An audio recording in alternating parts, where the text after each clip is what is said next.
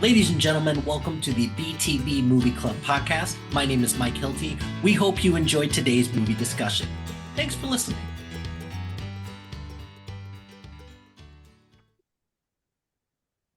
Hey, welcome to the BTB welcome Movie to Club. My sorry. name is Tim Larson, and I'm going to mute the hell out of my cousin all night long.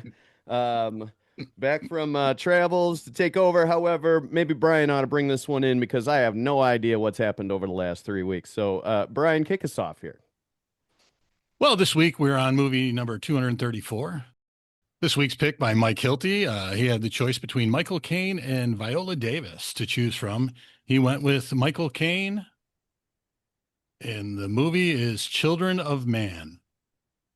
Men, Plural, men. more than one.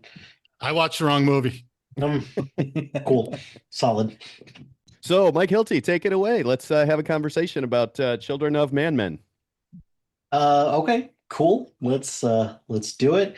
For those who were not here, or for those who were not here last week, I think just Matt and Tim. Have either of you seen this movie before? Yeah. Okay. No, I hadn't. I wanted to. I remembered it after the title came up, but I had never seen it, so I'm glad you picked it. Cool. Okay. So I'm curious from the people who have seen this before. So I'm going to start with them, and I'll start with an indoor cat Malo, which this is weird for me that you're inside. I'm not sure how I feel about it, but Malo, we'll start with opening thoughts on for you because you've seen Children of Men before. Give me some opening thoughts. Sure. Yeah, I'd seen it years and years ago. Maybe right when I went to video, I think. And just for what it's worth, I'm inside because I live in Florida and it's 4th of July weekend and it's a war zone out there. So it's kind of fitting for for this movie. I remember liking it a lot. I didn't remember a ton of the details of why I liked it. I remember a lot of the camera work and choices there, particularly one very long scene that is seemingly one shot, which is really cool. But it was really good to go back through it because I knew Michael Caine was in it. I knew Julianne Moore, I knew Clive Owen, but I really didn't remember how much or how little, quite frankly, the other actors were in this, or really the setup. Like I guess I knew the overall premise, but didn't recall that it was really just nonstop from the get-go. You're on this ride with them from beginning to end. So that was really cool to go back through and see all of that. My notes this week are shit. I just some are great, some make a lot of sense, or some I feel like, oh yeah, that's really point. I laughed looking back at these. It reminds me of like the Chris Farley show or something. One of the notes literally is when the bad guys showed up and Clive and the two on the run and they saw Caine die and the woman and dog were dead. Oh, that's the whole note. So very stream of consciousness. Nice. How much whiskey had you had as you were writing these notes? Yeah, I would. So I thought I did pretty good, but yeah, contrary evidence to the contrary here. In fact, I did end up falling asleep because it was later that evening, and then I did finish the rest of it the next day, about 20 minutes or so. But yeah, I mean, what really, I don't know. I wanted to have more intelligent or what's cerebral things to say about this, and feels it deserves it. But I don't know that I'm the guy for it. What it really reminded me a lot of was 1917. It just had that same tension, the constantly moving forward, one obstacle to the next, and just, something else. I can't remember what other movie that was where I said that, like, it didn't give you time. Like, I had a lot of questions, but because it was just constantly moving, you didn't really get a chance to stay stuck in those questions. We're just moving on to the next thing, and which I don't think is a bad thing. But they even talked about it because I had like, who's the dad? And they just mentioned, we don't know, but I think that's all we get unless I missed something. But really great performances. I like Danny Houston, who played Nigel. He's fantastic in so many things, including Succession. But yeah, it's more a feel, and you guys know me by now. That's kind of not the best thing for an audio podcast to have me on, but more often than not, it's the feeling of the movie, and it's the I don't know, the ride you go on, or just the emotions that you're feeling, or the tone through it. And this one, I really like, because it's nonstop. What's going to happen? How are they going to get through this? Is it even worth it for where they're going? Right, the human project, and they're like, it better be. And that's really all we have, and we don't even know at the end. Really, we know that I guess they get picked up, but we don't know how that works out. But really, really cool. And it's just, yeah, a fun. I don't know if that's the right word, but yeah, I guess, I don't know, just fun tension consistently throughout it. So liked it a lot. So you mentioned one question that I did have for everybody, and I'll just open it up, because it's an Alfonso Cuarón movie, and also it is part of his filming style, where he doesn't bullshit with exposition. He doesn't care.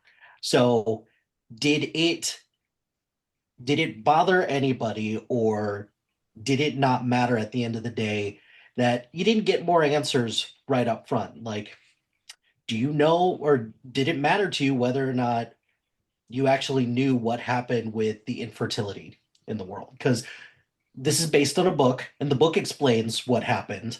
It's all dude's faults in the book, but in the movie, it doesn't really explain what happened. But I'll just open it up. Did it bother anybody to not have more exposition or more information, or did you just kind of go along for the ride like Mela was talking about? No, it bothered me. Okay. Yep. That particular, what you bring up, the start, I really didn't care, but there were parts that it was like, what are we doing here? Mhm. There were different things that, and I don't want to say I didn't get what was going on, but it's just like, I don't think I'm feeling what you need me to feel, because I don't know, Mhm. like, enough about, the fish group, or the praying group, or a little bit more somewhere. I mean, you got enough to get you through, but I'll get into that when it's my turn. Got it. But yeah, so it did bother me a little bit, but not particularly why the why women were infertile, or men were sterile. I don't, I don't know which it is. That I didn't care about that. That was fine. Yeah. I didn't care as much about the why, but it did make me wonder. I wrote a couple different times, essentially something to the extent of, what does he say? He says, what does he say? 100 years from now, there won't be any sad fuck to look at any of this. And then what keeps you going? I just don't think about it. Like, there was that, or there was something earlier, like, if no one had been born within 18 years, I'm not sure how much I'd care, or like, not that you wouldn't care, but like, I would think that things would seem futile. Mm. I also had no idea then, if all that's going on too, why do I care about immigration so much? Like, what was going on there? But Yeah, we'll get into more discussion on that, I'm sure.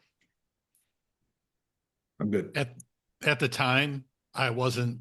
I was upset because I didn't know, but then as the movie kept going, I didn't care anymore about the infertility. Yeah.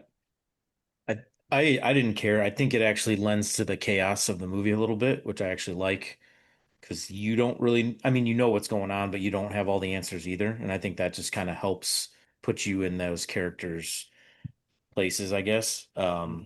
The only thing that, to Melo's point, the immigration and stuff, but there was a line in there about how the world already went to crap, like with or without the infertility. So that was the one thing that I kind of wish they would have expanded on, but that's not what the movie was about, right? That movie was about the baby. So Yeah. Yeah, not knowing the backstory didn't really, bother me that much because 18, 20 years had gone by. So it was well into the past at that point. Mhm. So it didn't bother me. I I don't know. I have a kind of two different like opposing thoughts on that because it's it is kind of the style of the movie and I appreciate, different ways to tell a story and this was an effective way to tell the story. But I just found myself like in this kind of thing. Yeah, I'm a big fan of like the Fallout franchise with all those games, and there's so much like lore and world building with all that. So when they come out with something that's kind of a similar story, it's like, what happened? You see all the little newspapers, and I paused and caught just a couple of them, like, Russia detonates nuke, Kazakhstan, completely annihilated. I'm like, oh, what happened there? And I want to know all the internal, international conflicts and I'm just so interested in what happened with all of this. And, it's like it's such an interesting world they've built to tell this story. And that was my problem with it. Was not that I mean, it was a good story, but I was just like, and just selfishly, I was like, I want to know more about this world, Mhm. you know, that happens in apparently 2 years. But but yeah, I personally really just wanted to know more because they did such a good job of making it intriguing and making it interesting to be put in this setting of this world and this international conflict and yeah, I wanted to know so much more. But again, I do respect different storytelling styles and I do think this is an effective way to tell the story they were telling. Okay, cool. All right. Thanks, everyone. Thanks, Melo. Matt, I'll circle to you. Children of Men, multiple man, I suppose. So, Matt, what'd you think of the Multiple movie? man. Children of Multiple Man. Wait a minute.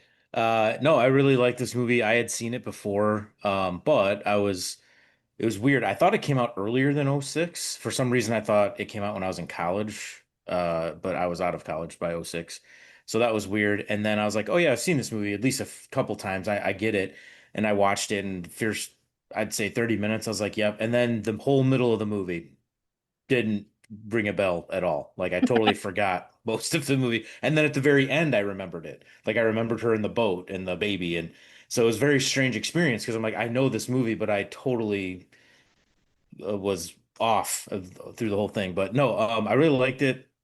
I have a special place in my heart for sort of, I would put this in that post-apocalyptic type genre, even though it wasn't an apocalypse, I suppose. But um, I actually did look up the book to see it was kind of expensive on Amazon, so I did not get it. So I'm gonna have to check the library, but I would like to read it. It sounds like an interesting read. I love the long shots. I think Melo mentioned it. The big continuous shots or what look like big continuous shots because I did read like he does do some digital splicing in there, but like the shot with the blood on the camera lens, and there's a story that he almost said cut on accident, or he almost did say cut, but then it was too noisy or something. It ended up being one of the best shots in the movie. That I really liked. I enjoyed that. I can appreciate that. Um, yeah, as far as being Michael Caine, I don't know how many minutes was he actually in it. I tried to look it up, I couldn't find it. It couldn't have I been that much, no. right? It was like very minuscule, but he does a pretty good job. Clive Owen obviously does a good job. And the actress that plays Key or Key. Key, right? Mhm. No, and whether purposely or not, I definitely saw there was definitely some like religious overtones in there. Again, whether they meant to do that or not, I assume they meant to do it, but like the first time he sees she's pregnant, it's in a stable and things like that. And I love the joke, like, oh, I'm a virgin. And Mhm. then he's like, what? And she's like, I'm just kidding. She's clearly been with a lot of people. Um, Mhm.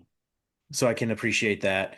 I've mentioned it before when we were answering the other question. I kind of liked not knowing everything because it did put you in that chaos a little bit, like what is going on, you know, why are these other people attacking them? And then you find out it was all planned by the same group that's supposedly helping them. And I thought that was interesting. I was a little confused about, like Mela said, the refugees and the world stuff.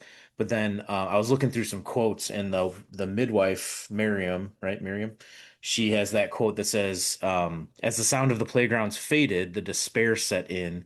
Very odd what happens in a world without children's voices." So that to me, that felt like sort of not an explanation, but sort of like a um, Easter egg? No. Um, so some sort of like message to the viewer, like, once this started happening, that's when the world Brian went away. Sorry, Brian. I didn't mean that's when the world went to crap. For whatever reason. Because people thought it was diseased refugees, or people thought something bad about companies that were making drugs, or whatever it was. That seems like a point that I would love to get more background on. Um, this seems like it would be a great graphic novel type thing. Like give me the graphic novel for Children of Men, and then give me a 2 or 3 part miniseries on some of this other stuff that's going on in the world. That'd be great. I like that.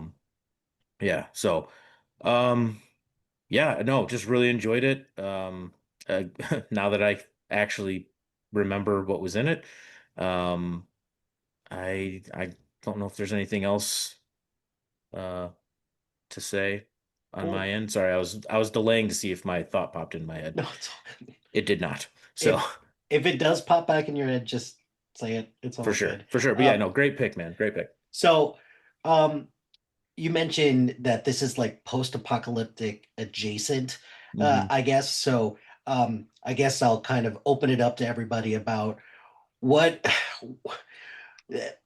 on a ranking scale of like 1 to 10 in terms of this is like the worst post-apocalyptic landscape to be in, or 10 being like, eh, I think I could live with this. Where would you rank this? In terms of pop culture post-apocalyptic worlds. Am I a refugee or not? Yeah, right. It Well, all it's depends I on guess what side of the fence I was born on.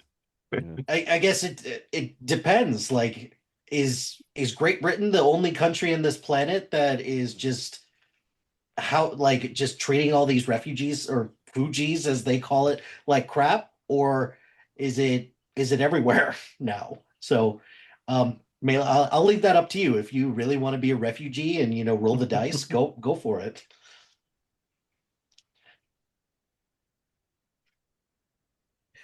Uh, Without having more information about myself, and also, you know, what I mean is, like, I have kids? Did my kids die? Was I not able to have, like, I don't, but just in terms of an outsider looking in, it's definitely not the worst Mhm. from what I can tell, but I would call it probably right smack dab in the middle, like a 5, or whatever, however you want your scale to go. Mhm. Um, because there's definitely some bad stuff going on, but I mean, we've seen some movies that are way worse than this. Oh yeah. I was looking at like, because it seems like post-apocalyptic got big at some point, but then I was kind of looking, it was a little bit more scattered, like 28 Days Later, I kind of feel is like that, or some of the zombie genres, like that'd Mhm. be, in my opinion, way worse. Oh yeah. I Am Legend, um, The Quiet Place, is that what it's called? Mhm. The one where you can't, Mad yeah, it's just stuff like Max. that. Yeah, Quiet Mad Place, but Max, yeah. yeah. Yeah, all of those are infinitely worse Mhm. than this. Like, all these people, a lot of these people, as long as you're you've got a Great Britain passport, you're Yeah. good to go.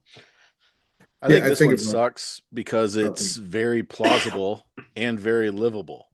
Mhm. So there's going to be a lot of people who are alive suffering. It's not like Well, I think there's the also the air's toxic and the water's toxic and everything's killing you. You know, it's just everybody's going to die, and there's the despair around that. But really, I mean, they try to give they allude to the factories in the background, belching out smoke and the cows that were diseased on fire and stuff like that. But, it's not like going outside kills you. And in some of these post-apocalyptic Mhm. movies, going outside kills you know. Mhm. So, No, but Aaron, you bring up a good point with that because it's livable, but there is it's been only 18 years of them without anybody having a child. So you can stare down like the end at that point, because I think that's the thing that kind of gets me a little bit about this world is like, oh, you could just feel that there's just like absolutely no hope for anything here.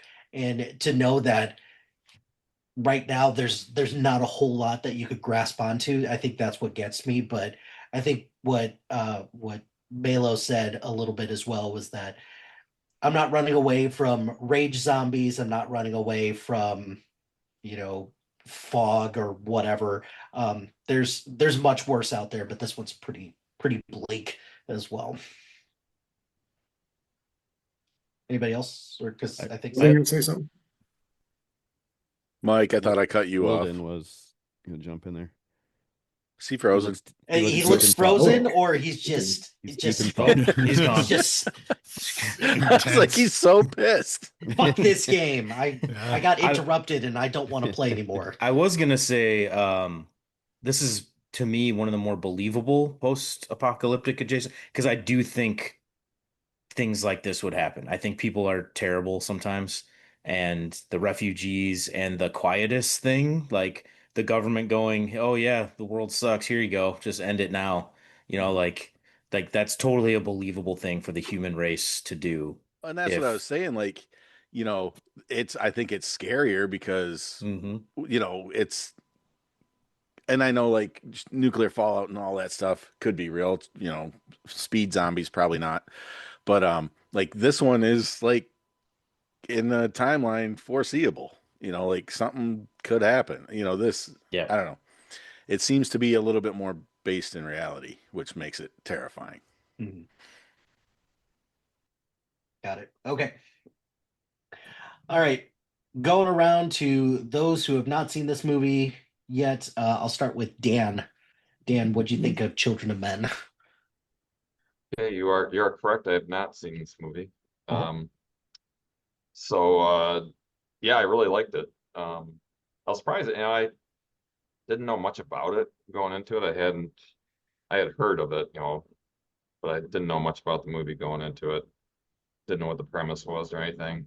Um, I thought it was pretty funny. They're referring to this 18-year-old guy as Baby Diego. I thought that was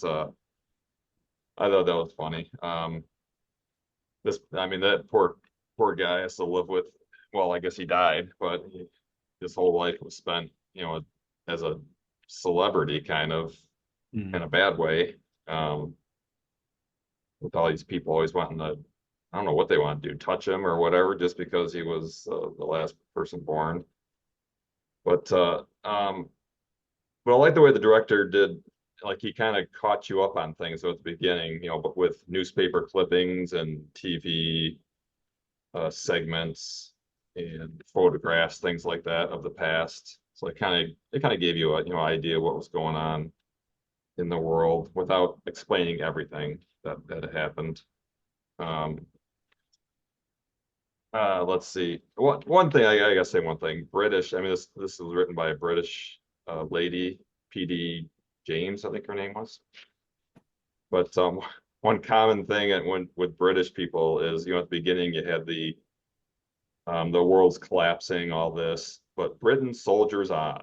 And it's like that's definitely a common thing with, Yeah. with British people. Keep calm and soldier on. Yep.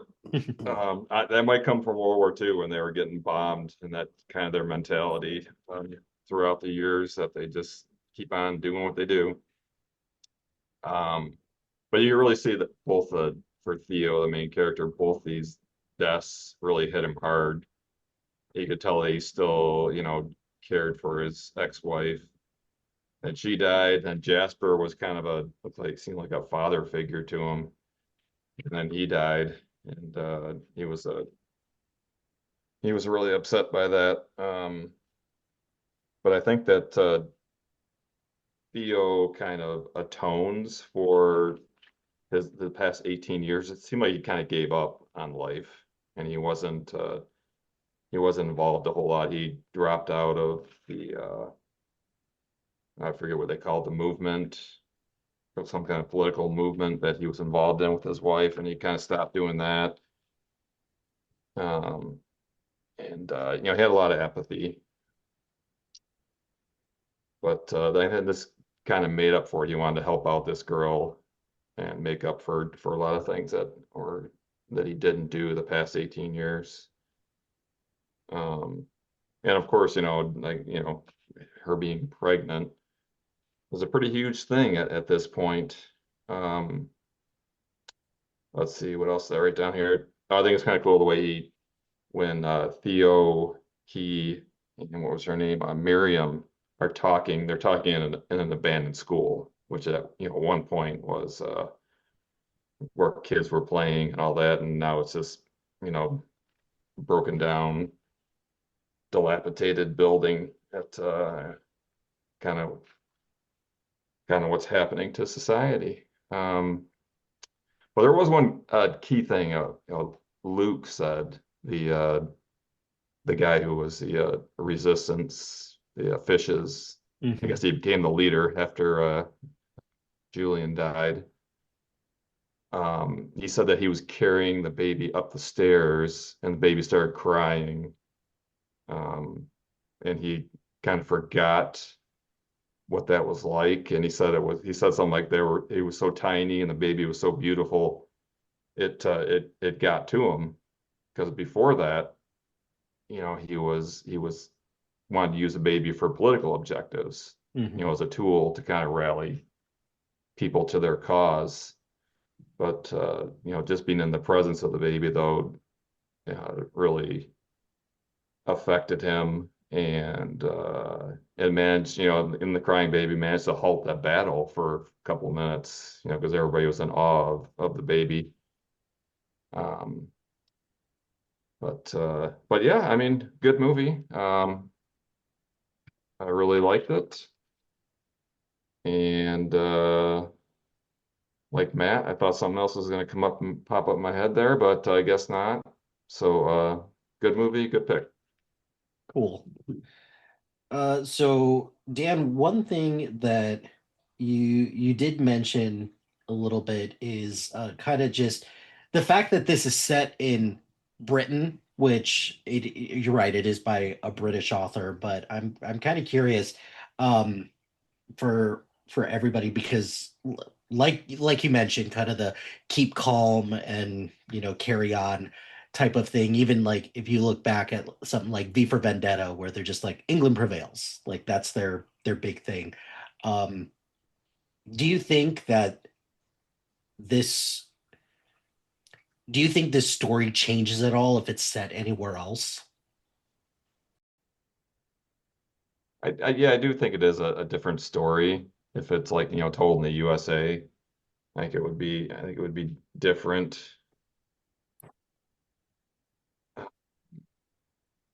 Be like Red Dawn. Yeah, just We already did that copy and movie. paste at that point.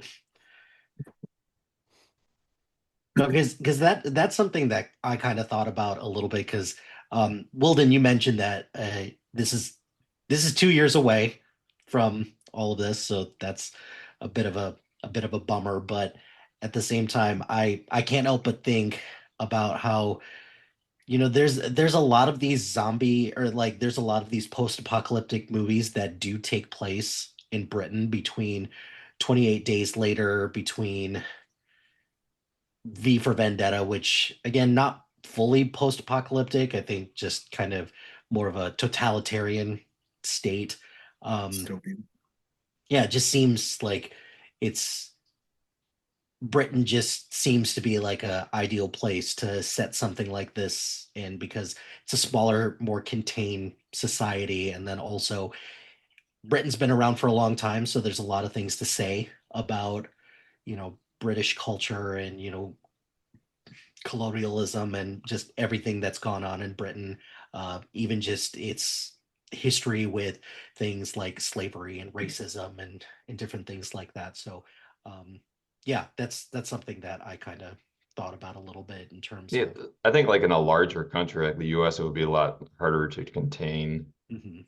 Um, yeah, but being in a smaller country, it seems like the police can control people more. Anybody familiar? I'm guessing Brian with Why the Last Man? Mhm. Yep. Hilty, right? I think there's some tones of this. So that's essentially, um, it's kind of like this, except every male animal, I think, dies pretty much on one at one time on at one day throughout the world. And so then what does that do? So it's a similar premise. Instead of no kids, there's no men. Um, and that's set in America. And there's one of the things that stands out, and granted it's a little different, but the space, right? There's just um, so much more land and space here that adds a little different element to it. I don't know, as close as I can come to what, picturing what this might be like in a different setting. In a different setting. Yeah. Cool. All right. Wilden, I'm going to go to you in case you have additional internet troubles, per se. And could you frequently raise your hand so we know that you're not frozen? Because a minute ago we just thank you. If you could do that every 25 seconds, that would be great. Yeah. All right. So I tried writing notes on this, but they're a little disjointed. Seems I to mean, be I a kind of common said theme. yeah, kind of like the setting of the movie, I guess, just everything's kind of chaos. I did, I noticed a lot of the continuous camera shots, and this wasn't always the case, but it felt like those shots happened more often when there was violence. Like in the beginning when he's in the coffee shop, and then like they follow him all the way out of the coffee shop and down the street, and then the bomb explodes. That's all, one continuous shot. The scene where the rebel gang, whatever it is, intercepts their ride as they're trying to head out. And the one where Julianne Moore's character, Julian, Yeah. yeah, Yeah, that's Yeah. her name. gets It's when she gets killed, that scene, like, that is all one continuous one too, and like this isn't a foolproof thing. Like I said, I noticed that happened more often when there was violence. Mhm. um I there's a lot of cynicism to this movie, like a lot. And for, the setting it's in, of course, there's good reason. I don't know if anybody caught when, towards the beginning, when he's like on the train from work or whatever it is, and the first time that a bunch of people start throwing stuff at the vehicle, and there's a bunch of like signs, there's get the fertility check legal sign or whatever. And there's another one that's graffiti. So I went back and looked at that. It said, "Last one to die, please turn out the light." So it's just like very, very cynical. And it kind of, you feel kind of down. I was expecting at any point for someone to purposely, or more likely unintentionally, kill the kid. Or just carelessly, like, all right, well, fuck it, we're in a war, and oh well, that's clearly an immigrant, so like, just some bullshit like that, which I wouldn't put past actual humanity sometimes, in that case. So I was pleasantly surprised by the kind of somewhat feel good moment when everybody's in awe of the kid, and like, rather than someone taking their own agenda too far, which so often happens, in a very cynical, especially when a society gets super cynical. Um, it was nice to see, at least in the story, everybody go, all right, hold on, let the kid through. This is important. Everybody stop for a minute. Stop firing. Like, basically everybody shut the fuck up. Just let him through. And that was a nice feel good moment on top of a movie that doesn't really make you feel very good for the rest of rest of its existence. Can I jump in on that for a second, Mike? Sure. I think that's set up really well by the death of Diego in the beginning. Everybody's so upset that Diego died, and that doesn't really play into much of the story at all, other than giving you a reason why her being pregnant is so important. But I think because everybody was so upset about Diego, it kind of sets up that reaction to them seeing the baby in that scene, which I agree is a really cool scene. It's funny you say that because in a one thing I did write as I was watching it when Theo is first talking to Jasper, um I wrote, I also am annoyed by the baby Diego thing. Um Yeah. I don't know why, but it did feel like I don't know, it was just weird. But you're right, it does set it up, and ultimately, Matt Smith, I think you were saying, I think who knows what else you guys said while I was gone.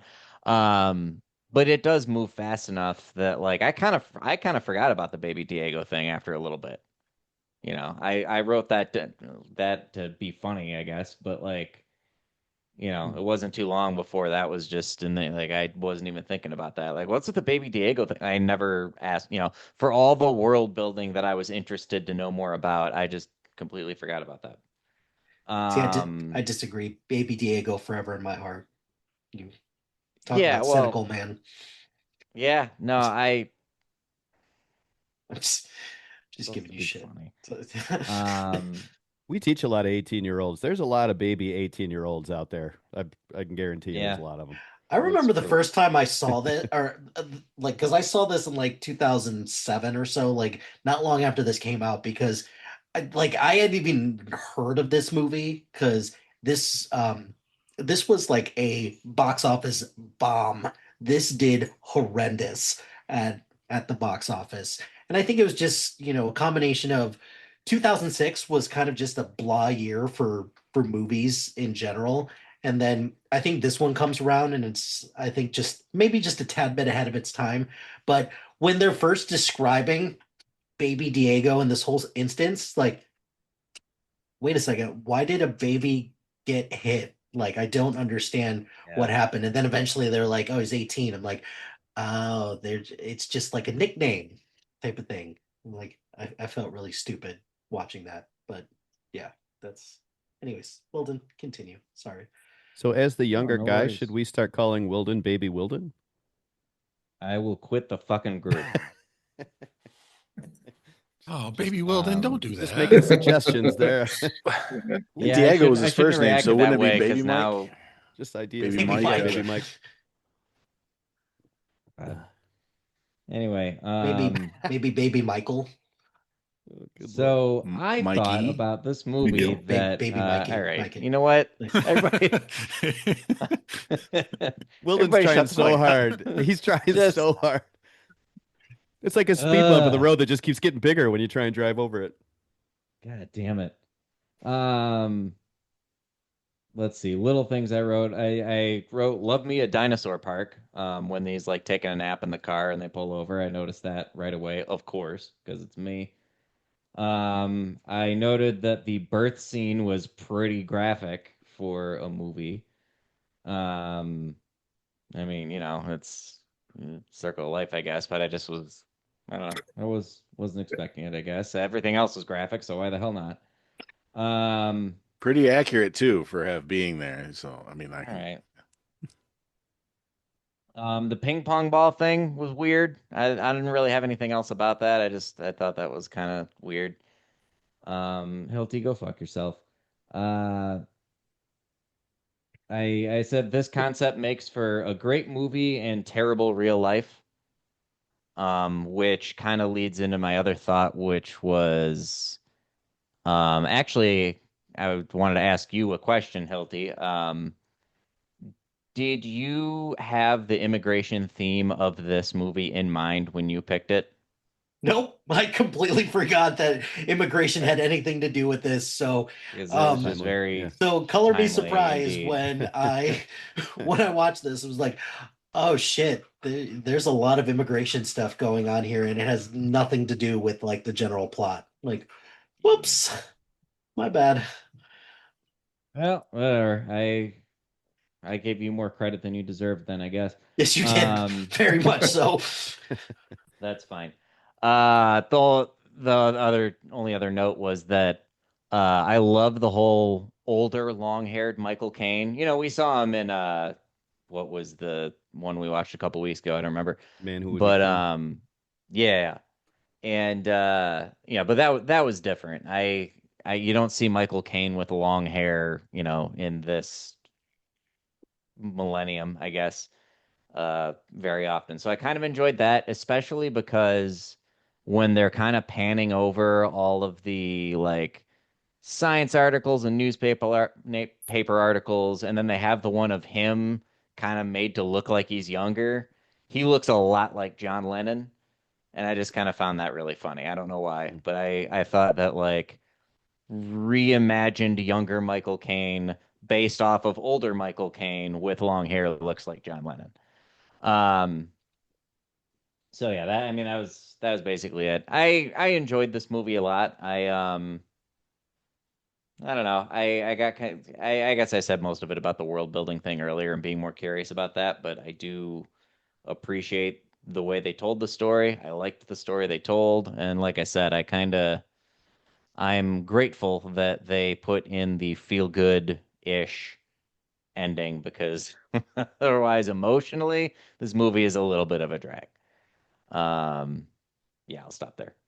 I think that's part of the point, though, is Right. for it to be a drag because I think the conversation that Theo and Miriam, I'm glad someone brought that up.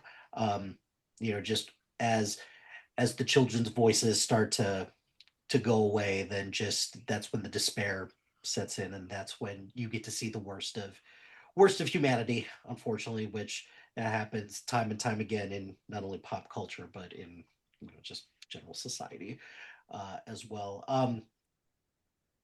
I promise you this was not meant to be, but I have a question for you. If you were in charge of naming a baby after 20 years of not having any children around, what would you name the baby? That's something I like. This is a question I take way more seriously than you're taking it, just That's because I fine. really like naming things. So give me a minute and I'll get back to you. Oh, Yeah, anybody else? If you want to have a name for a boy or a girl, go for it. But Oh, if for girl, I'd name her Phoenix. Phoenix, oh, that's very For a boy, metaphorical. yeah, right either on the way, name the nose. kid Phoenix because Right on it's the nose. appropriate for, you know, Mhm. why not? Oh, hi, kitty. Yeah. For those listening, Hilty was just under attack by a puma in the video behind him. Are you okay, Hilty? I am okay. Okay. Your cat's name isn't Phoenix by any chance, is it? No, no, Like it. no. He's Pete the Phoenix the cat. puma. Pete the cat, a little on the nose on that one. But um, yeah, anybody else, if you were in charge of um, naming a child after a 20-year absence, what would you name him or her? Nope, that's a Diego. responsibility I shy away from entirely. I'll be way over here I while you mean, guys are working on that. Pass. hope popped to mine, but it's pretty on the nose. So Now, in this particular movie, I'm surprised they didn't name her like Jessica Christine or something. And, Mhm. the old sneaky JC. Hmm. uh, Oh, John, yeah, John Coffee adjacent. Yeah, Right, right. good call out for that. I'm the only one that's naming this kid Chewbacca, You're gonna be regardless of famous, gender. kid, one way or the other. Well, maybe Yeah, the only one in this group, but probably not the only one in the world. There's yeah. probably another Chewbacca fan out there. Middle name Kal-El. Cool.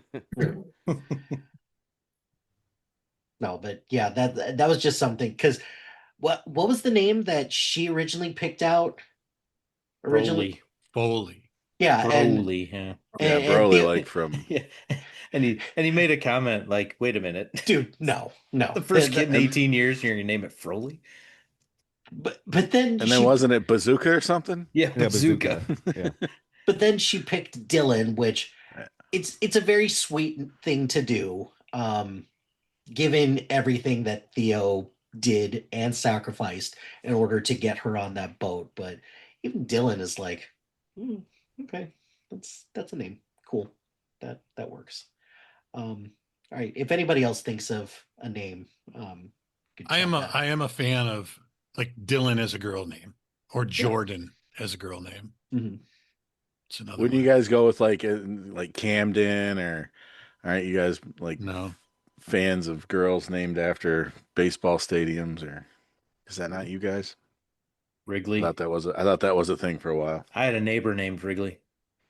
Guaranteed rate. No, it doesn't work. Bank One, Not anymore, yeah. Citizens Bank. Nice. Bush. TD Bank. TD Bank. Solid. These are all fantastic names. Cool. All right. Aaron, go ahead. Give me your thoughts on Children of Men. All right.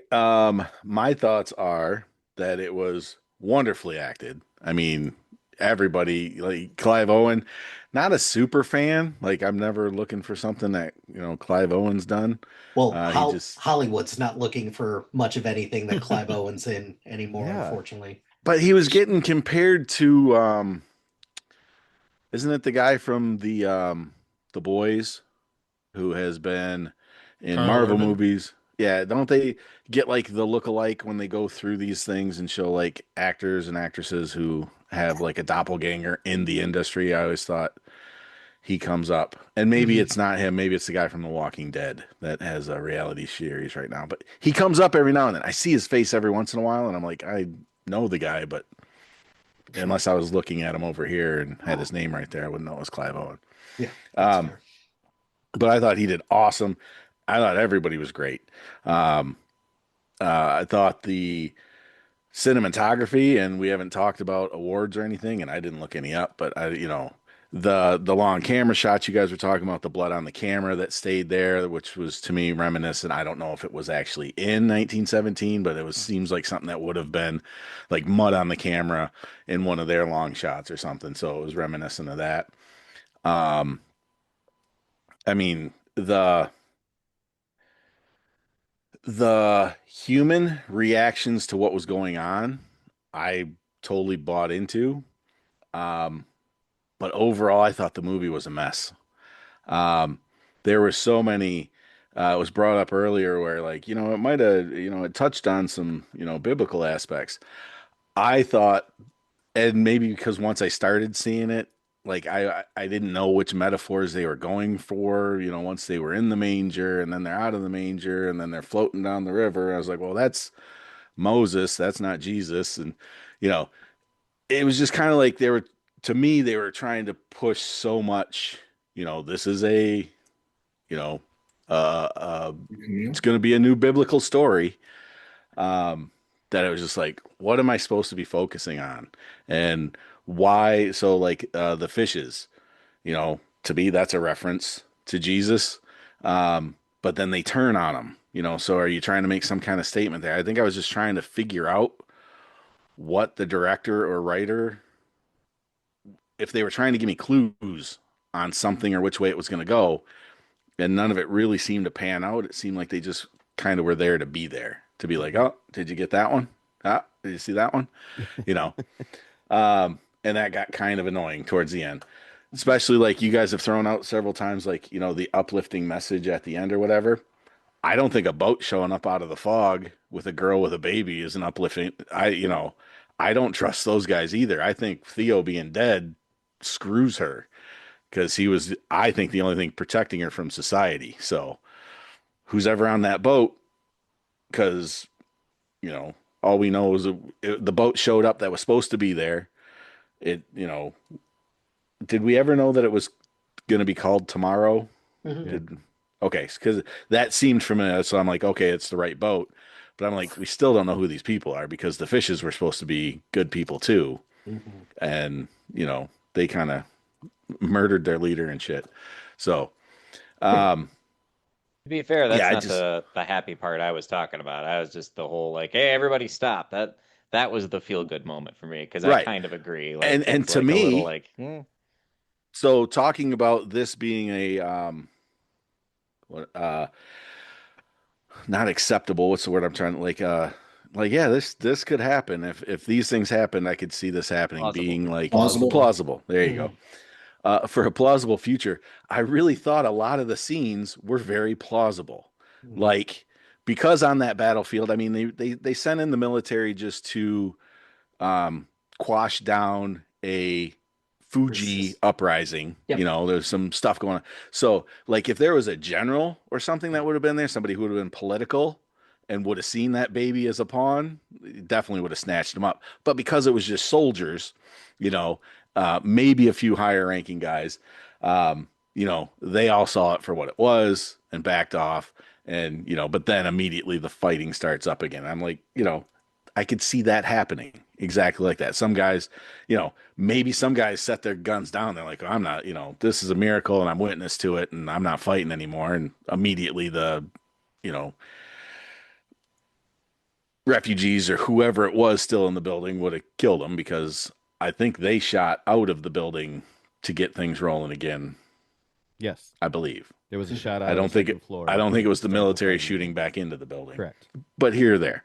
Um, other parts of that I just wanted to talk about, like, so this has been going on for 18 years, you know, but people have figured out how to just live their lives with it. They still get coffee, they still ride the train, they still go to work, they still, you know, and I think that's how a lot of this would go. Like, not just because it was England. There'd be shitty parts. I think there'd be cities, probably New York would be very similar to this.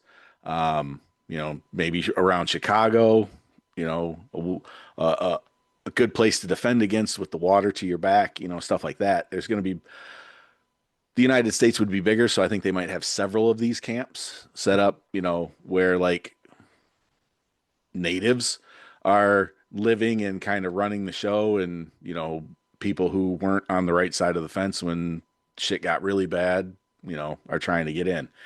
And over here it might be like, you know, screw these people from Oklahoma, they're not getting into Texas. You know, I could see that. It wouldn't necessarily have to be people from other countries. Mhm. I can see resources and you always got to Texas make is its own country, though, Aaron. If you've ever you been gotta there, I haven't. Ooh. They certainly think so. A lot of them Right. certainly think Very so. much, very much so. Yep. But yeah, you know, so I can totally see this happening.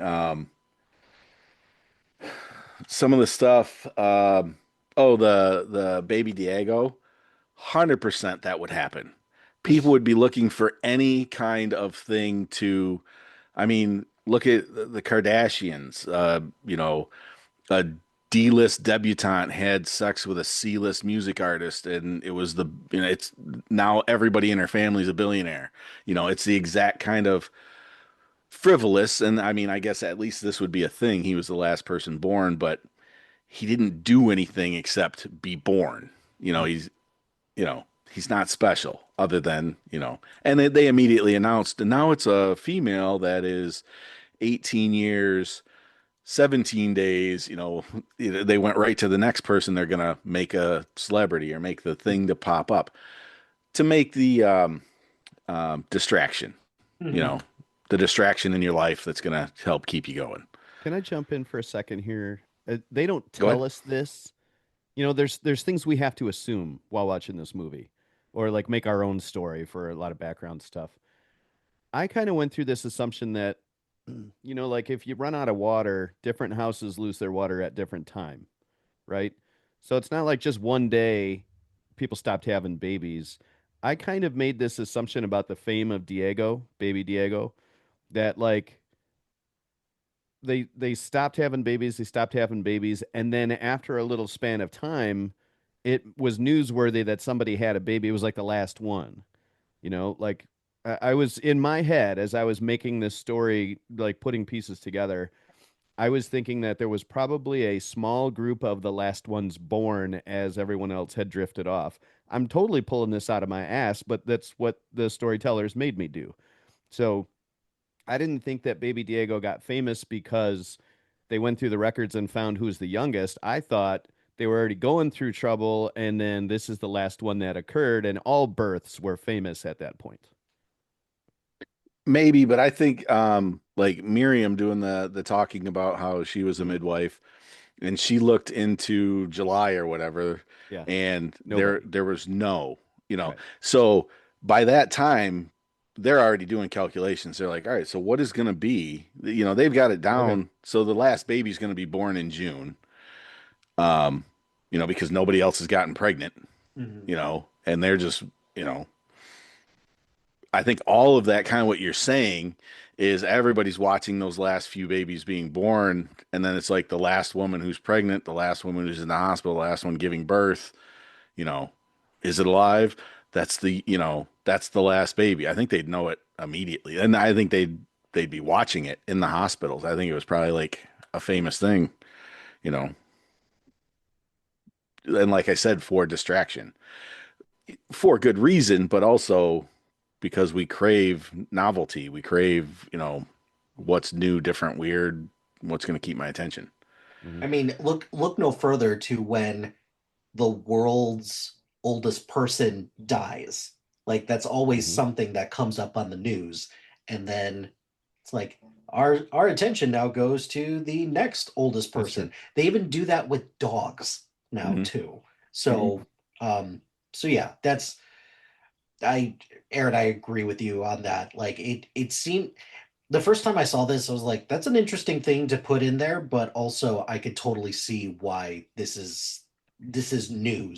newsworthy at least, because Who said that this was ahead of its time a little bit? I Because did. I think in the way that Aaron's saying all of this is one way that this movie is probably a little bit ahead of its time. The Yeah. just the vanity of all of the Kardashian type stuff. I agree. I think this was spot on and maybe a little ahead of its time. Sorry, go ahead. No, that's all right. But yeah, as far as like just the pace was awesome. Like it kept you, fairly engaged. Um, but I thought the story was kind of a mess of who's going on, why is it going on, what's happening, and then for the end to be like, you know, okay, that was a thing that happened, you know. Um, because I didn't get from the boat, that it was I didn't believe everything's going to be all right for her. Um, so um, yeah, it's just somebody. I think when Mike was talking to you, or no, I think Dan was stalling for something else to pop up in his head. So I wrote the note down. Yeah, I kept waiting in the movie for something to pop up that was gonna like tie it all together or finish it off for me, and it just didn't happen. And then I wrote "feel good ending?" question mark, um, but because I didn't see it that way. But yeah, not a fan. Um, the movie wise, stylistic, all that stuff. It was a good movie, well acted, but for me, the story just wasn't there. So you mentioned awards worthiness. So this got nominated for 3 Oscars. Didn't win any of them. It lost to cinema. Best cinematography went to Pan's Labyrinth that year. Which anybody seen Pan's Labyrinth? It's a fucked up We movie, but watched it's it good. in Yeah, we here, I watched think, it before before you were you part of the group. joined it. Oh, okay. The PM before Mike. Cool. Then I I mean, thought that I was was Baby here. Mike. BM, Oh, for fuck's sake. That's kind of shitty. BH, B Hilty, before Hilty, BH. And then the best editing and best adapted screenplay, it lost out to The Departed.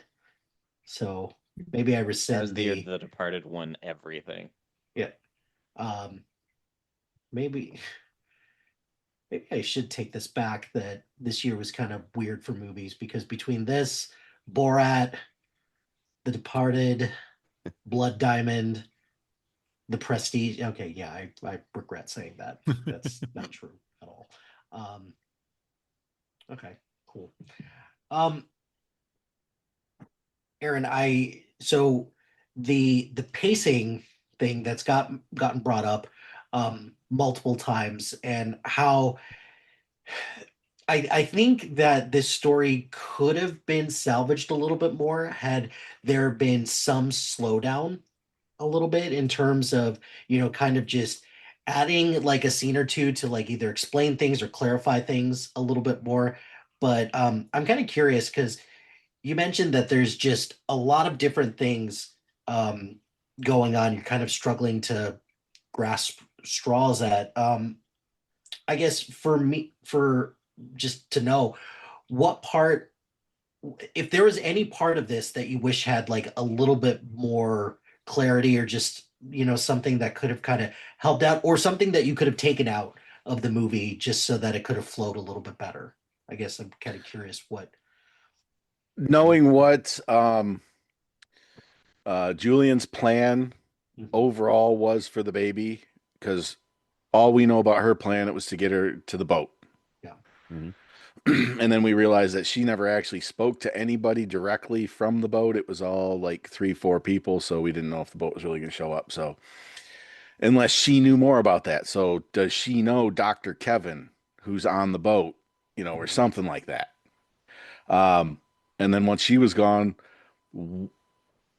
Luke's going to do something political, but what? What's his plan? How is the baby gonna bring him to power, their group to power? What does he think's gonna happen other than he gets shot in the head and somebody takes the baby from him? Yeah. Um, I just stuff like that. So here's a question. When they were heading to the boat with Julian still alive before the ping pong ball scene, which was weird, but showed their intimacy, I guess it was trying to get across, and their sweet, sweet reaction time. Nothing shows intimacy better than spitting balls into each other's mouths. Wow, you got to cut that whole like 5-minute window Nope. out. Not with that attitude. Yep. So one, I didn't know until just now when I looked it up, and I had Clive Owen. I got the cast over here, so I get their names right. Didn't, and then I had to like go farther in. I didn't know Charlie Hennon, Jax, was the dreadlock kid. Yeah. Yeah. Really? Yeah. Damn. Yeah, I didn't know Damn that it. either. and That's I had my nugget. That was glasses the on. only- Oh, I'm like, The one if I note get Brian through Aaron, had. if I get through Aaron, no one else is going to bring this up. and I Jack's just found it telling, out just now. Hey, the cat. Where's my cat? I need to bring my cat. My wife won't let me have a cat. But yeah. So all right. So here's the question. Not that Charlie, Human, whatever, human. Anyway, Jax was in it. But all right. So when they're going to the boat, is it Patrick and his group that attack them on the motorcycle? Yes. That they Yes. jack Yes. up and Yes. so I didn't put that together until well after, and I still wasn't sure. I put was it thinking together about when he said, I'm the Yeah. one who killed her. That's what gave it Okay, away to me. I didn't hear that. I had left the room to pee. I wasn't that involved in the movie. Actually, literally, I ended up rewinding to get back to the scene when he's in the house and he's injured and his cousin's hurt, and Clive Owen's standing outside the room listening. And I had subtitles on and headphones, and that's the only reason I knew, because Right. A lot of that was mumbled, and Right. I remember the was scene, hard so to I was hear. there. I just didn't hear it. Yep.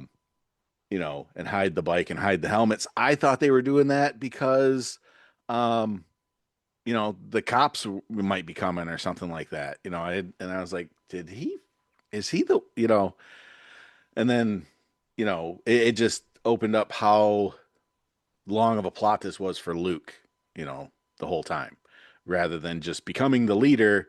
And after becoming the leader at the kitchen table, deciding, well, we're going to go in a different direction with this baby. Mhm.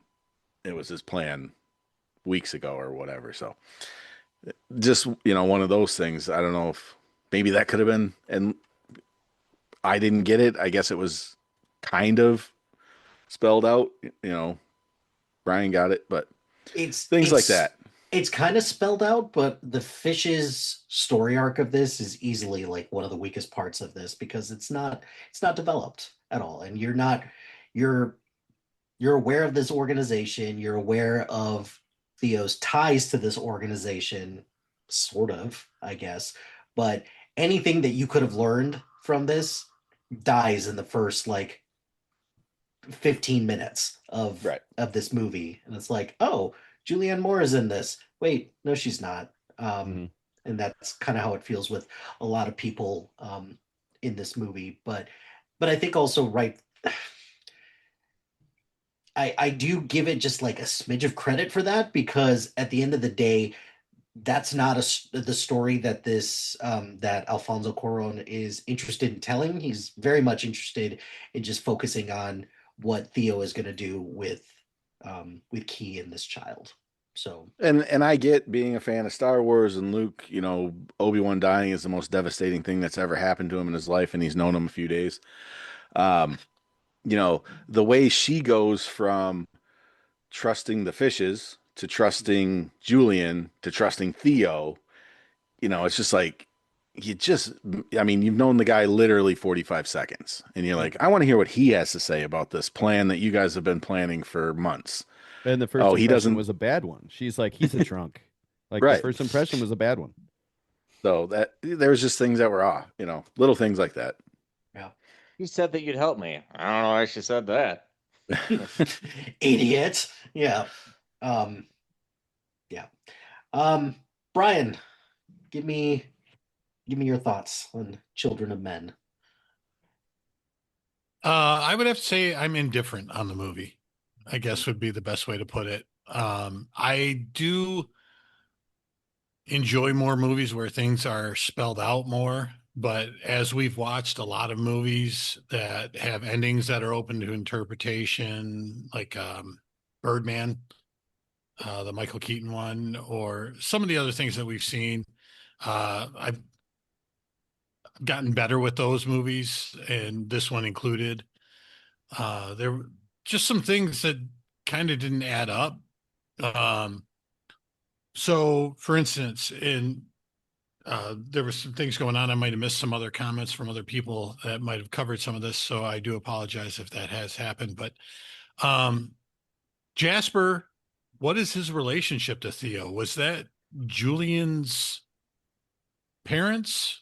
Was it explained at all? Was that just another one of those? He's just a good weed dealer and you buddy up to him? Like a Back to the Future kind of relationship where he's just friends with the scientist for no reason. Okay. Political scientist. Yeah, sure. Well, that's Um, that. Yeah. the wife being catatonic, I have to assume has to go with the news article about MI5 torturing. But they didn't really, you know, I think that could have She been was a broke down a little bit more. photojournalist. She was a photojournalist, and she got tortured. Allegedly by MI5, but they denied it. Mm. So, Always licking boots. What? Oh, sorry. the big thing was infertility, but in my mind, Clive Owen and Julianne Moore's characters would have been, if their son Dylan had lived, would he have been younger than Diego? Or are we assuming he's older than Diego because it was infertility was the issue. It wasn't just that kids died. Like Melo was talking about this other movie where all the men died. It wasn't, the kids weren't dying from something. It was just, they weren't having any more kids. So It was 2008 that their son died in the flu pandemic. So that would have made him 19 and 27. Yeah. Okay, thanks. I appreciate that. And then I'm assuming they just couldn't. From the accountant. That was quick. I'm math. assuming they couldn't get pregnant again because when Miriam was telling her stories, there was people having miscarriages in the hospitals too, right? So even women that were pregnant were losing them. Right. So the ones that came to term were special. And we don't know why. Obviously, that was never explained. We already talked about that. The Clive Owen actually, like you said, the guy like buys a coffee first thing in the morning, just dumping booze into it. So he's got issues. And all of a sudden, why does he all of a sudden, okay, is the pregnancy that big of a deal? I guess so. I mean, there were just some gaping holes that I didn't feel I could get past as a moviegoer. I guess I would put it that way. But I did enjoy it though overall. When I got done watching it, I wasn't mad at you, Hilty. I was, Thanks. I, it's happened before. With me So, specifically? no, The no, world, just the world in general. just everyone. Okay, that's fine. I'll make sure, but that my next one will be one everyone that in you're the gonna be group. like, I hate you, Hilty. I hate Yeah. you. So, yeah, overall, like I said, it was just a situation where there were too many things that got left out that had me questioning things. And by the end of the movie, it was just like I didn't question anything anymore and just went with it. And yes, for anybody who's been in a room when a child's been born, it was pretty realistic. The naming of Dylan, I thought, like, we talked about that a little bit, but I thought that was actually really awesome. And I do think that the boat just like doesn't see the rowboat and just hits it in the water. Jeez. And, Fade to black yes. afterwards. In the book, Jasper is one of Theo's former teachers. Ah, So that's how he knows okay. him. That I got would the be helpful to implication. know. Yeah. Yeah, I got the implication from the movie that he was a former activist with him. That's kind of how I felt it was. Like they kind of seemed to be Yeah. talking about, they all knew each other from their political activism. But I in the just book, kinda- he's a teacher. I took a thing from it because calling him Jasper and not dad and mom. And then there's a picture of Dylan and Theo and Julian. So it was like they have a family picture. Maybe it's because of her that they know each other, kind of thing. So, but yeah, it was. I don't have much more to say about it. Really lost my thunder on the Jax Teller thing. So, because I kept hearing him, the gentleman that we watched, I kept hearing the Charlie Hunnam with the accent, just talking over and over again, not as Jax Teller from Sons of Anarchy, but yeah, indifferent, I guess, is a good word. Yeah, I think I'll stick with it. The ambiguous nature that Alfonso Cuarón tends to direct with, that might be potentially a Spanish thing, because you mentioned Birdman, and somebody that Alfonso Cuarón is very close with, Iñárritu, who directed Birdman. Same thing, just a lot of his movies end with like, the fuck am I supposed to do with this now? And that's kind of how this ends. And that's something that did kind of frustrate me a little bit about this, because Alfonso Cuarón has gone on the record and said that I want a movie that when the movie ends, that's when the movie begins. Like, no, no, no, because if that's how you perceive the point of this movie, then I want to see that movie instead. About, if you think that the real movie starts when this ends, it's like, why did you tell this one then? But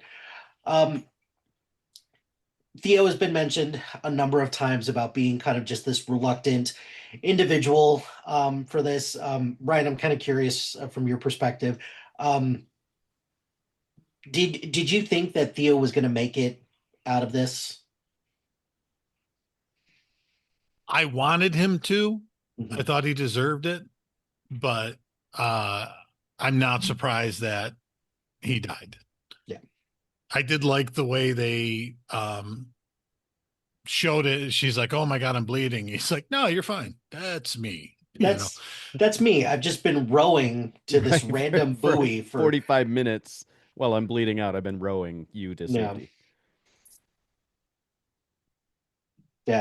Anybody else thought that Theo's ending, yeah, it makes sense, or no, I kind of wish that he would have made it on the boat.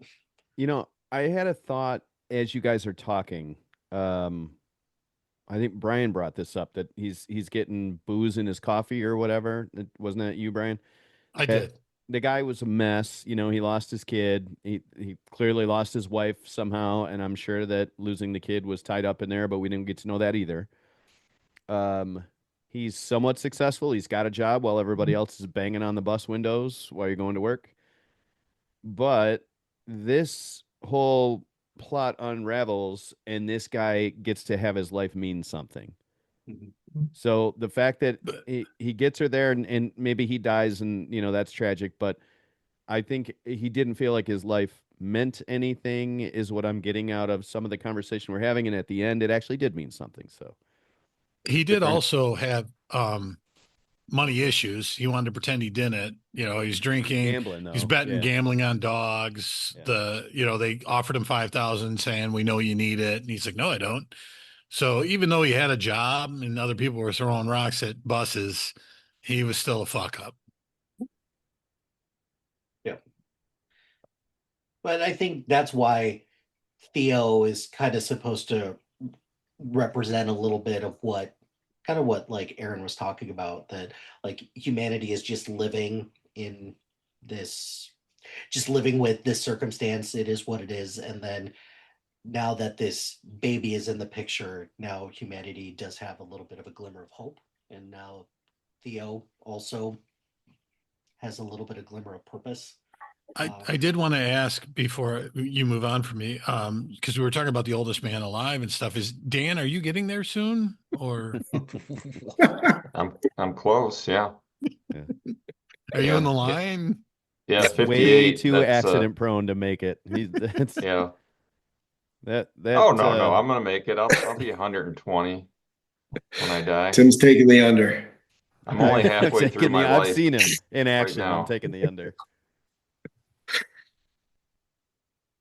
No, from the question, Mike, I liked, like Brian said, I liked how they handled his death. I think he needed to die, because once he gets on the boat, just like when they were coming out of the hotel, or whatever that was, between the warring factions, um, I was thinking after this, what does he become?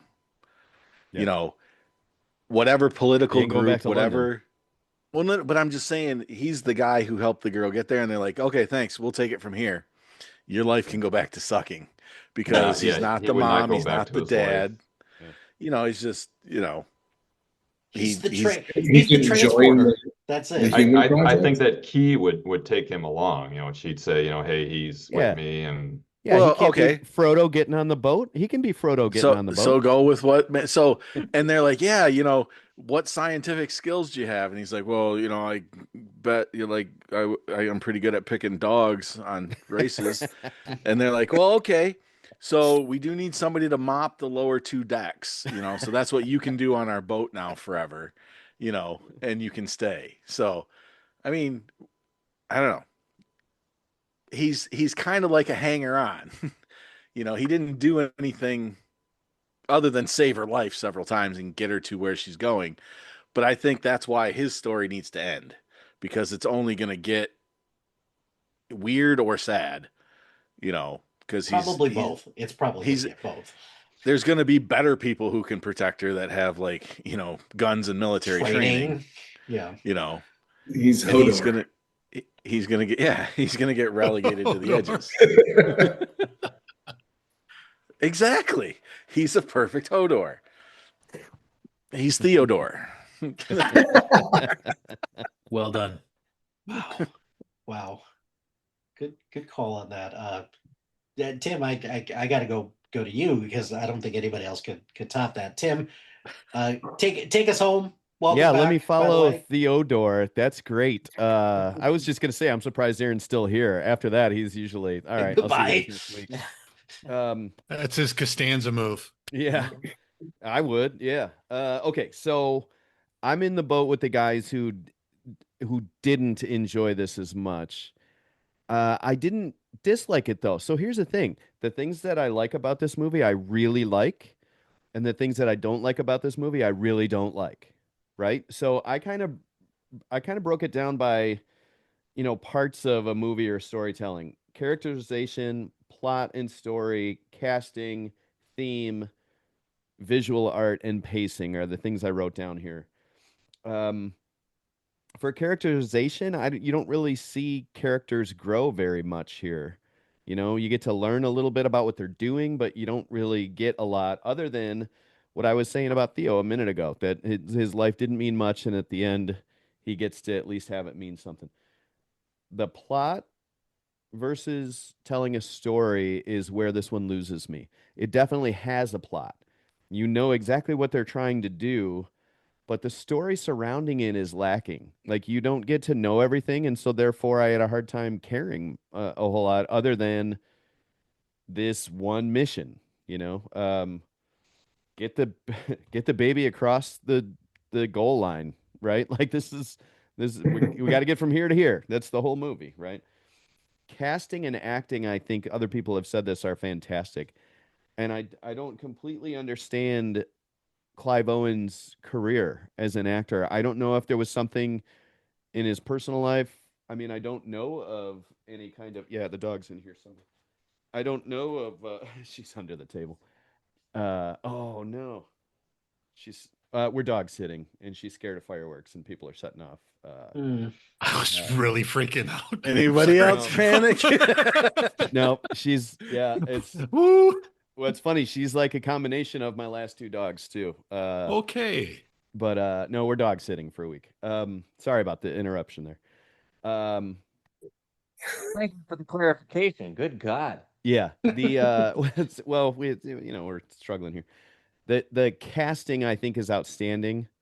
The acting, I think somebody said this early on, really, really good. Clive Owen puts in a really good performance as this kind of character every time.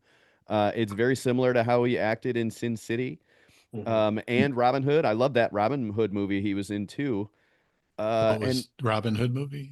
what's it Are you called? talking about a King King Arthur? Arthur movie? Oh yeah, King Arthur. Thank you.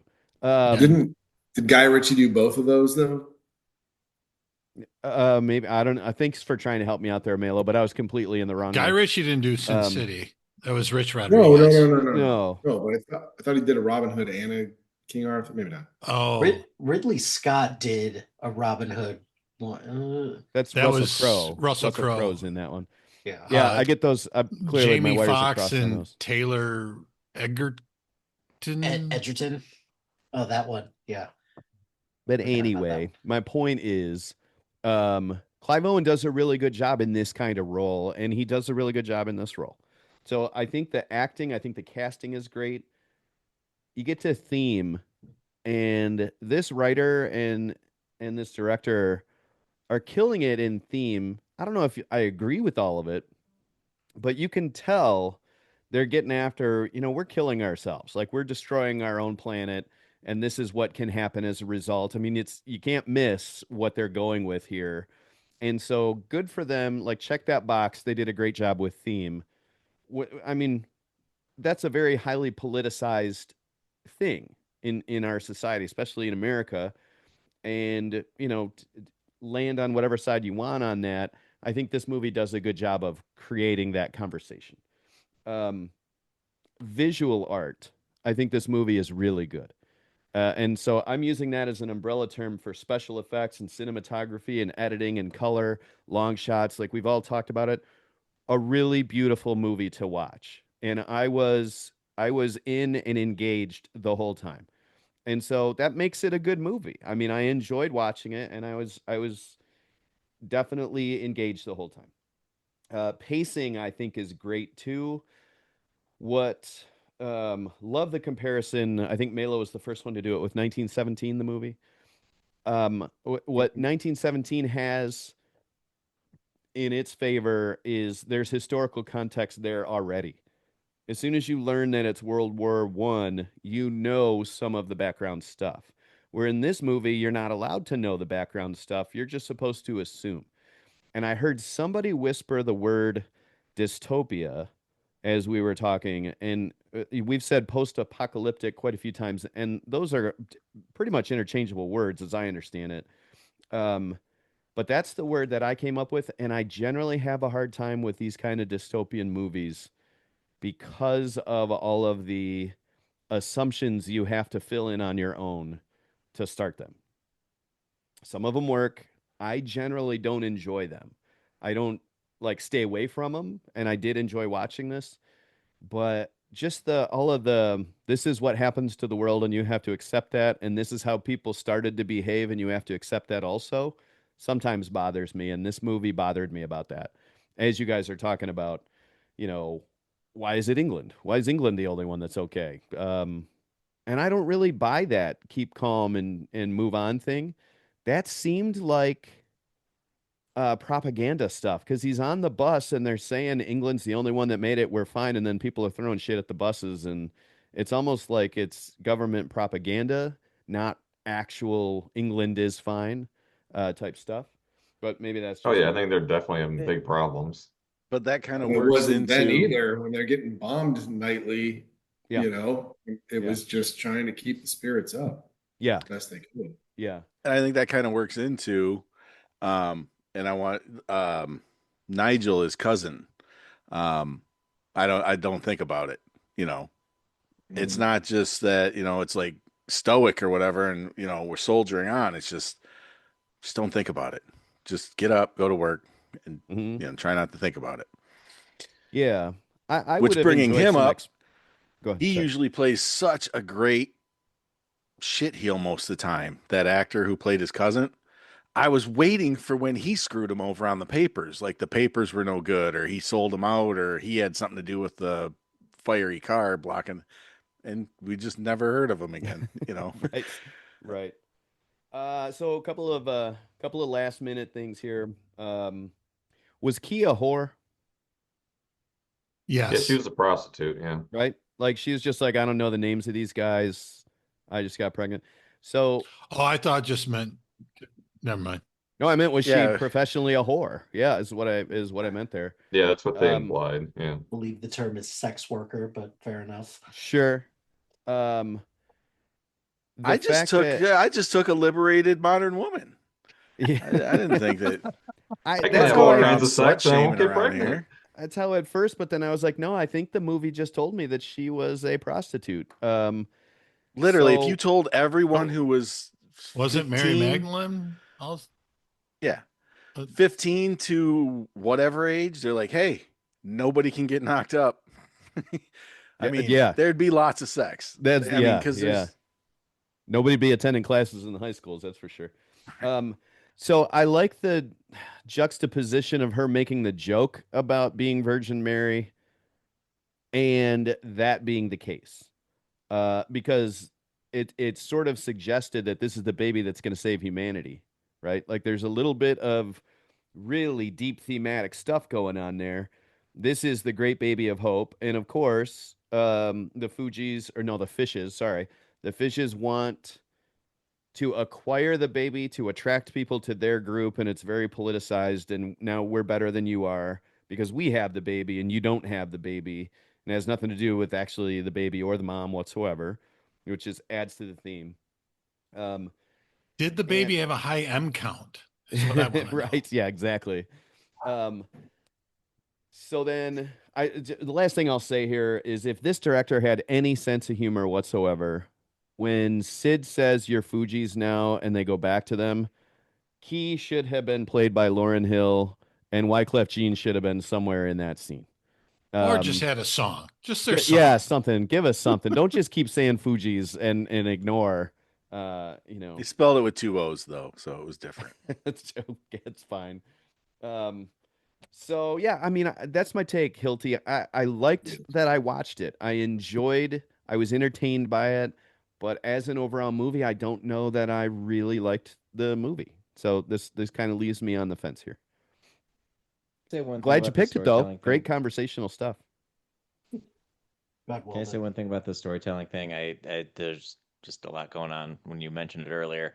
I do think dystopian stuff like this, when you have to make a lot of assumptions, and that was again, that was my whole thing. It's like, hey, I want to know more.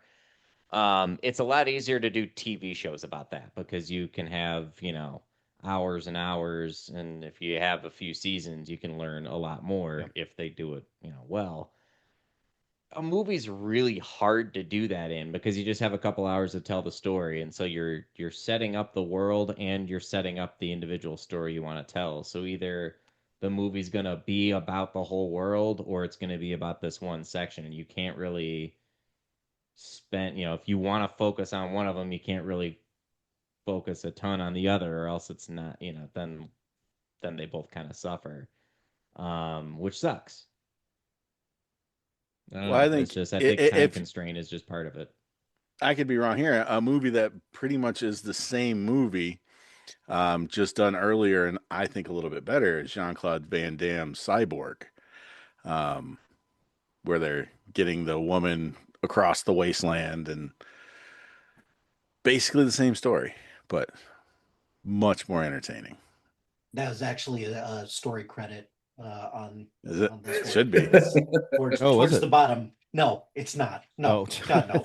But I get what you're saying, Aaron. It's fair. Now, earlier during part of this conversation, did you say I Am Legend was a worse movie than this?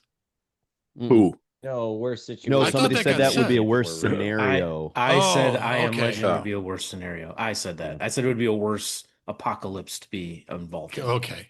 Yeah. Yeah, speed I zombies would suck. Looking over my notes while you guys are talking, two things. I was wondering when An Inconvenient Truth came out compared to this movie, same because here. this movie seems to be based in, the environment and stuff. It's the exact same year. I looked it up while you guys were talking. An Inconvenient Truth came out the same year this movie came out. And I was wondering if it came out a couple years before and was kind of the reason that they wrote it the way they wrote it. And then the last thing, it's kind of a Melo question. does not believe you. I don't. I was working in the video store, I swear, when that came out. But carry on. And then the other thing is, maybe this is more obvious to some of you guys. Why is this called Children of Men? I mean, I get that women aren't having babies, and I get that like there's an Supposedly, it element comes from going on. Psalm 90. It's Psalm 90 Oh, talks it's my about favorite psalm. sure. It talks about people being dead and children of men will be gone, and I don't know it by So heart. it's a but Bible reference in some way or another. yeah, it's a biblical reference. Yes. Okay. And maybe that's why I was overly looking for and them to connect. It's like, why is he barefoot? He's bleeding from his feet. What am I supposed to see there? And maybe nothing. Maybe it's supposed to be representation of the stations. I don't know. And it's like they don't want to hit you in the head with them, but it's like, Yeah. like I was, like I said, I was. They did make a big deal about him putting the sandals on, though. I Yeah. mean, It's dripping in theme stuff Yeah. for sure. This movie is definitely dripping A specific in theme. stuff. Yes. for some reason, I didn't get a lot of them. I guess that's Tim. That's what I was gonna ask you. Is that there are a lot of themes in here. Just a lot of things about hope, despair, societal breakdown, religion, all of that stuff. Is there a particular theme that you kind of glommed onto the most, or one that you thought kind of just resonated with you the most? The religious stuff didn't really resonate with me very much. I mean, I got the suggestions. The stuff about the environment seemed to uh, be more of what they were focusing on as the vehicle for how this started. And then they brought in the religious theme for me. I honestly, like, I don't have kids and I've never wanted to have kids. If this happened to society, I wouldn't be banging on the fence or a bus. I'd be on the golf course. Like, where are those guys? Like this whole like the whole society just erupts into warfare because there's not kids. And I'm thinking, nah, there's some people that are just like, hey, if we're the last You'd ones, be unemployed. I would. Well, I only got like 5-6 years anyway, Melo. So I mean, Fair. I'm All right. close enough. I can make the rest of the mortgage at Walmart. Um, I just I was part of me was thinking, I get it. It's a big deal. Society's ending, but I also think a lot of humanity would be like, if society's ending, let's have a party instead of going to war. Like the assumption that everybody went to war was weird for me in this movie. See, I don't think it's that weird because I mean, we're kind of seeing it now. Like the some of the rhetoric you hear, I don't know if you watch the channels or whatever, population collapse and this and that, and we need more of certain kind of babies and, blah, blah, blah. Um, Without a younger generation, like there are, Malo, Dan, money people, um, stocks, BlackRock owning half of Florida. And, now all of a sudden, nobody wants those apartments. Nobody's going to need them. There's not going to be any people moving it. So there's going to be people dumping stuff in the markets, and your 401k is going to be shit or great, depending on which way you go with it. But, it's going to be chaos, and there's going to be people making and losing. And I think more people losing fortunes. And that's what starts wars. Same time though, like you acquire wealth for generational type stuff, right? Like at that point, there's no reason to do that. Right. It's just if you know that the party's over, I'm thinking you're going to party like it's 1999. What's that, Mela? I said estate planning attorneys are done. Yeah, this is what I'm saying. Like, I think there would be more of a let's party like it's 1999. Cats and dogs living together. Wish I had your mass hysteria. That's how I'd be anyway, I guess. I don't know. Until you were on the, fourth green and they shooting. But dude, if I'm having a good day, I'm dodging bullets and I'm gonna go putt, because if I'm having a good round out there, I'm finishing the round. Cool. There's only a couple of things that I just wanted to add in there. There are a lot of animals in this. I read that animals were supposed to represent like the kids that like a lot of these people never had, so that's why all these. Yeah, somebody's walking a zebra at one point. That right? was nice. I did notice the dogs. Like there was lots of dogs. They just they're supposed to be like replacements, but they're never going to be full replacements, but it's still something that definitely is out there. So a lot of people have mentioned that the story and the kind of the way that the story unfolds is a little weird, and I think it's or distracting. I think that was partially because of Alfonso Cuarón wanted to shoot this kind of similar to a documentary. And it does kind of feel at times a little bit like a documentary, because you stick with like a certain group of people the whole time. The only thing that's missing is that documentary explains some of the shit that's going on to kind of help clarify some of the things. So I'm not excusing it by any means, but because I do generally agree with everyone that said that the plot kind of is kind of lacking a little bit. And then we've mentioned Clive Owen a bunch of times. I do want to give a plug to because he's been doing a lot of TV lately. That's why he hasn't been in a lot of movies. He was Bill Clinton in the American Crime Story, The Impeachment one. So he was Bill Clinton in that, and he was actually surprisingly good in that. And then yeah, he did a lot of great stuff in the early 2000s, and then it's just kind of fallen off a cliff, which is too bad, because I think Clive Owen's a pretty talented performer, just not getting the opportunities. Or is he just not? Is he just not? Maybe he's not interested. Right. Not interested. Like, and which is fine.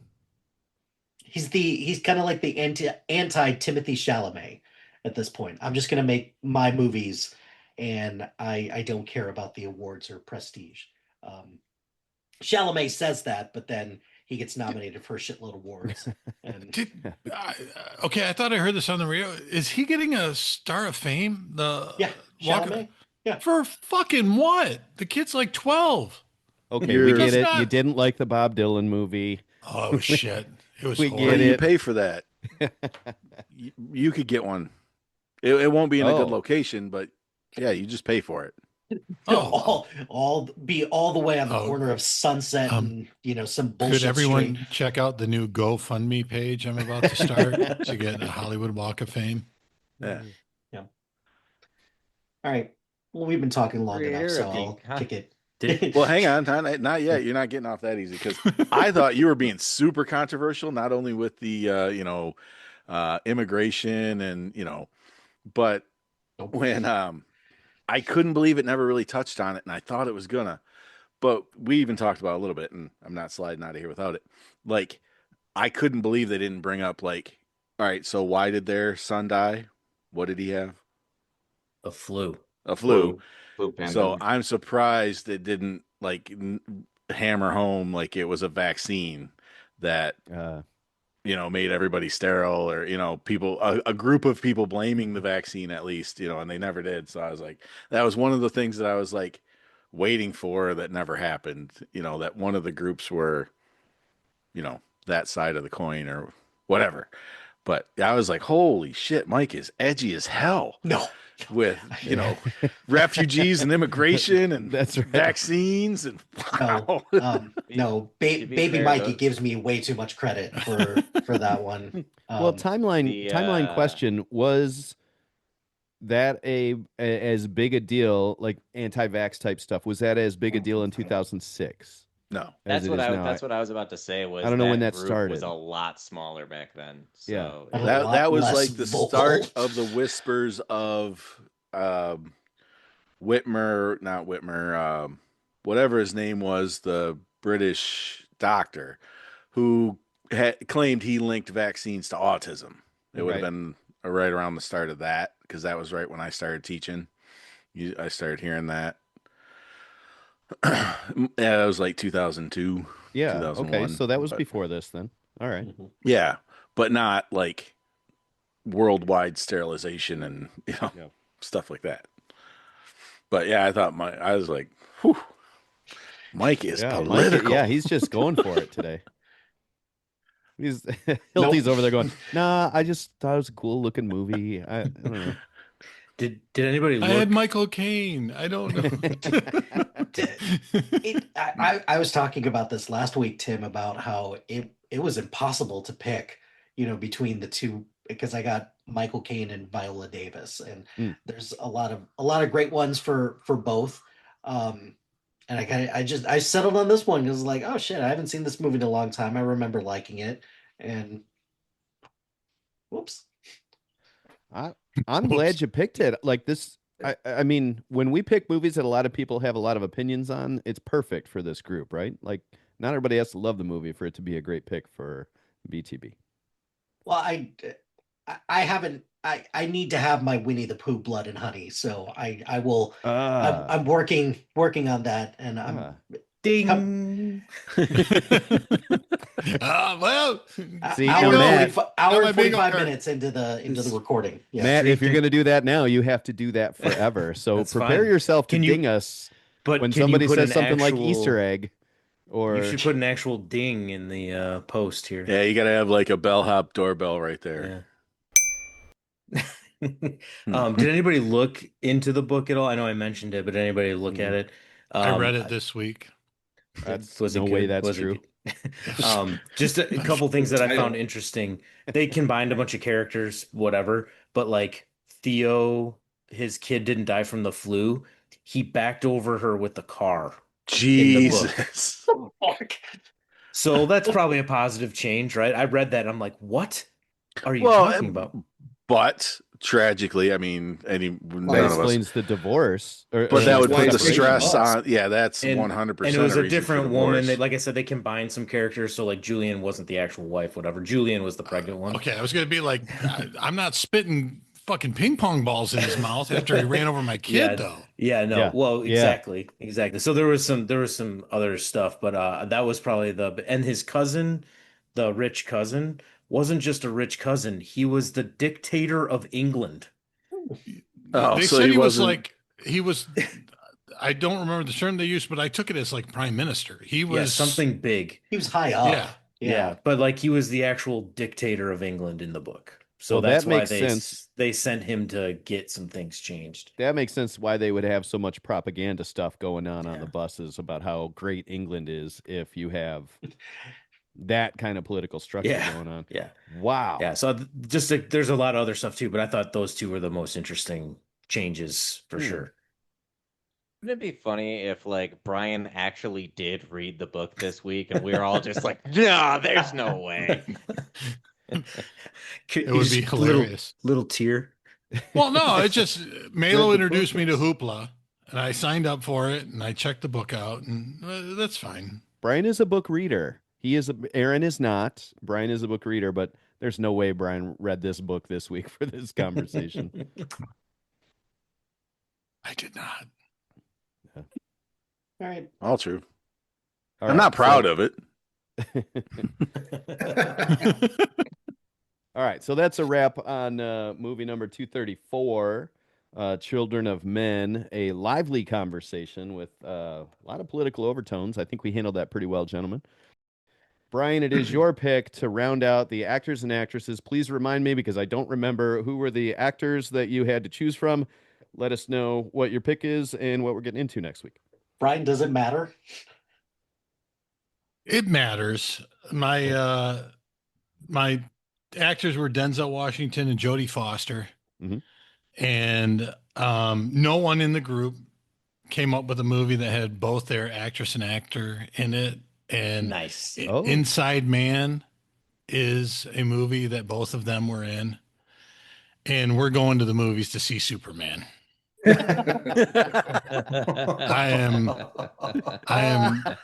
throwing the wild card out there. There's no way on this earth with Superman coming out by James Gunn that I can in good conscience not pick going to the theaters and seeing Superman. Let's do it. That is why he's going to have a star for being the host of the Comics Corner podcast in Hollywood. Love it. In Brian's defense, Inside Man is a great movie. And Hell yeah. also I watch it. Clive Owen. Clive Owen movie. Also, Clive Owen movie released in the same year that this was released. You know what? I'm going to change my pick and pick Superman at the theaters that we're going to go see. Your bingo card looks like a pentagram. All right, ladies and gentlemen, the pick is Superman. We're all going to buy some tickets and go to the theater and get some popcorn. And what I would like a report back on is how many people Brian went out of his way to shush in the movie theater. If somebody in that theater has the nerve to be loud and obnoxious, Brian will police them to the end of their existence. Have a good week, everybody. We'll see you next time. That'll do it for this episode of the BTB Movie Club podcast. Thank you, as always, for listening. We know we enjoyed ourselves, and we hope you did too. Have yourself a great week. We are partnered with the SPDM Crew Podcasting Network.